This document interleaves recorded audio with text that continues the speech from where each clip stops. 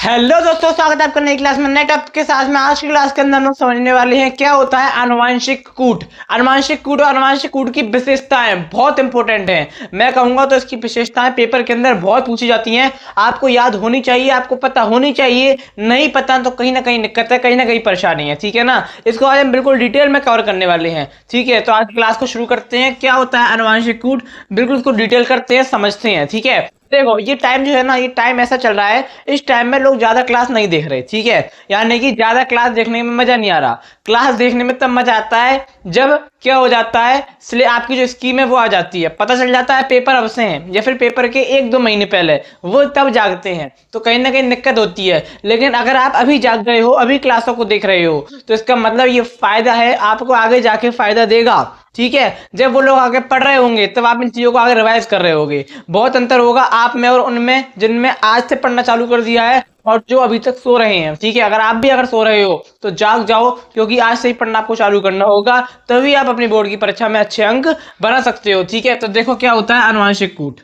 आनुवंशिक कूट नाइट्रोजन क्षारों का वह अनुक्रम होता है। नाइट्रोजन क्षार बोले तो guanine, guanine, cytosine, thymine, uracil, ये सब क्या है, नाइट्रोजन क्षार है। तो आनुवंशिक कूट नाइट्रोजन क्षारों का वह अनुक्रम होता है, या फिर वह एक क्रम आप कह सकते हो। एक क्रम होता है, अनुक्रम होता है, जिसमें प्रोटीन अणु के संश्लेषण की सूचना उपस्थित होती है। यानी कि जो आपका प्रोटीन अणु है उसका जो संश्लेषण है, उसकी जो सूचना है वो उपस्थित होती है, उसी को हम क्या कहते हैं, आनुवंशिक कूट कहते हैं। एक नंबर में अगर पूछ ले आनुवंशिक कूट क्या है, तो ये डेफिनेशन आप लिख के आ जाओगे, बिल्कुल सटीक, सरल और सुलभ डेफिनेशन है आपके लिए। ठीक है, अगली चीज आपकी आती है 3 न्यूक्लियोटाइड का वह समूह अनुक्रम जो किसी विशिष्ट अमीनो अम्ल का निर्माण करता है। मैंने क्या बोला, जो किसी एक विशिष्ट अमीनो अम्ल का निर्माण करता है उसे कोडोन कहते हैं। कई बार पेपर में कोडोन भी पूछ लेता है, इसलिए मैंने छोटा सा एक टॉपिक है कोडोन, ठीक है, छोटी सी एक लाइन हेडिंग है, इसको भी मैंने यहाँ पर लिख दिया है, आपको याद रखना है। क्या होता है कोडोन, 3 न्यूक्लियोटाइड। कितने न्यूक्लियोटाइड, 3 न्यूक्लियोटाइड का वह समूह अनुक्रम जो किसी विशिष्ट अमीनो अम्ल का निर्माण करता है, उसी को हम क्या कहते हैं, कोडोन कहते हैं। 2024 की आपकी बोर्ड की परीक्षा के अंदर पूछा था, पेपर के अंदर क्या पूछा था कि आनुवंशिक कूट की खोज किन वैज्ञानिकों ने की या फिर किस वैज्ञानिक ने की। तो आपको 2 वैज्ञानिकों के नाम याद रखने हैं। पहला है नीरेनबर्ग और मथाई। नीरेनबर्ग और मथाई नाम के 2 वैज्ञानिकों ने आनुवंशिक कूट की खोज करी। ठीक है ना, ये आपको याद रखना है, ये आपके पेपर में पूछा जा सकता है। खोज करता हो सकता है आपके बहुविकल्पीय में पूछ ले या फिर 1 नंबर में पूछ ले, आपको याद रखना है। ठीक है, तो बताओ क्या होता है आनुवंशिक कूट। आनुवंशिक कूट नाइट्रोजन क्षारों का वह अनुक्रम होता है, जो आपका क्या वह अनुक्रम होता है जिसमें प्रोटीन अणु का जो संश्लेषण होता है उसका क्या किया जाता है, सूचना उपस्थित की जाती है। प्रोटीन अणु के संश्लेषण की सूचना उपस्थित की जाती है। ठीक है ना, अगले आपकी आ जाती है विशेषताएं। मैं यहाँ पर स्टार बना दूं, ये विशेषताएं बहुत इंपॉर्टेंट हैं, आपको विशेषताएं याद रखनी है। अगर ये विशेषताएं याद रख ली तो पेपर में ये विशेषताएं ही पूछी जाएंगी,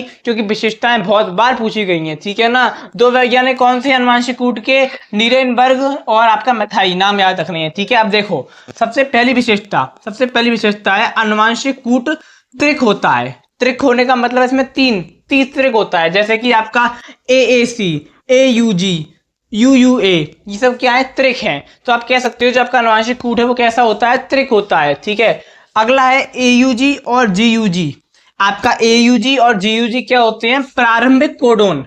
ये आपके बहुविकल्पी में भी पूछा जा सकता है, प्रारंभिक कोडोन कौन सा है, चाहे 1 नंबर में प्रारंभिक कोडोन का नाम बताओ। ठीक है, बहुत पूछता है। तो AUG और GUG क्या होते हैं, प्रारंभिक कोडोन होते हैं, तथा UAA और UGA क्या होते हैं, समापन यानी कि समापन कोडोन होते हैं। ठीक है, तो प्रारंभिक कोडोन कौन है, AUG और GUG। समापन कोडोन कौन है, UAA और UGA। ठीक है, आपको क्या करना है, इन कोडोन को याद रखना है, प्रारंभिक कौन है और समापन कौन है। अगला आता है आपका पॉइंट, यह कॉमा विहीन होते हैं। यानी कि जो आपके आनुवंशिक कूट होते हैं ये कैसे होते हैं, कॉमा विहीन होते हैं। यानी कि अगर आपने लिखा तो आपको कैसे, इस प्रकार से लिखोगे AUG, नहीं, इसमें कॉमा नहीं होती, ये गलत तरीका है। इसको कैसे लिखोगे, AUG ऐसे लिखोगे। ठीक है ना, और AUG क्या है, आपका प्रारंभिक कोडोन है। ठीक है ना, आपको चीज याद रखनी है, याद कर लो। AUG क्या है, प्रारंभिक कोडोन है। फिर आपका क्या आ गया, GUG, ये भी क्या है, ये दोनों प्रारंभिक कोडोन है। ठीक है, और ये जो आपके आनुवंशिक कूट होते हैं वो कैसे होते हैं, कॉमा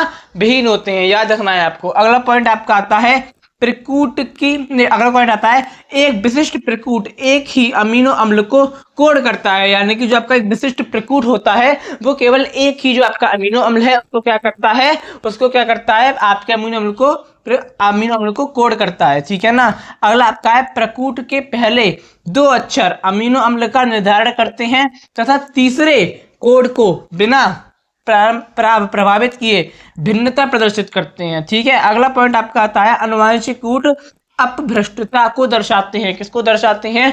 अपभ्रष्टता को दर्शाते हैं। इस प्रकार से आपके यहाँ पर पॉइंट लिखे गए हैं। कितने पॉइंट हैं? 1 है, 2, 3, 4, 5, 6 के करीब यहाँ पॉइंट लिखे गए हैं और आपको 6 की करीब जो विशेषताएं हैं ये याद रखनी है। आपको अनुवांशिक कूट की डेफिनेशन याद रखनी है, कोडोन क्या है ये ध्यान रखना है, इसकी खोजकर्ता कौन है वो ध्यान में रखना है। आशा करता हूँ कि आपको समझ में आ गया होगा। ये टॉपिक बहुत इंपॉर्टेंट है। 1 नंबर में क्वेश्चन या फिर बहुविकल्पी में या फिर आपके लिए अनुवांशिक कूट की डेफिनेशन या फिर विशेषताएं पेपर के अंदर बहुत पूछी जाती हैं। ये सारे ही टॉपिक बहुत इंपॉर्टेंट है। आपको हर एक चीज को बिल्कुल डिटेल में याद रखना है। पेपर के अंदर आपकी यही आ जाएगा। अगर किस्मत चली तो आपके सेट में पूछ दिया जाएगा, ठीक है। आशा करता हूँ कि आपको समझ में आ गया होगा। अब मैं आपको मिलूंगा एक और नई क्लास में नए टॉपिक के साथ में। तब तक के लिए जय हिंद, जय भारत।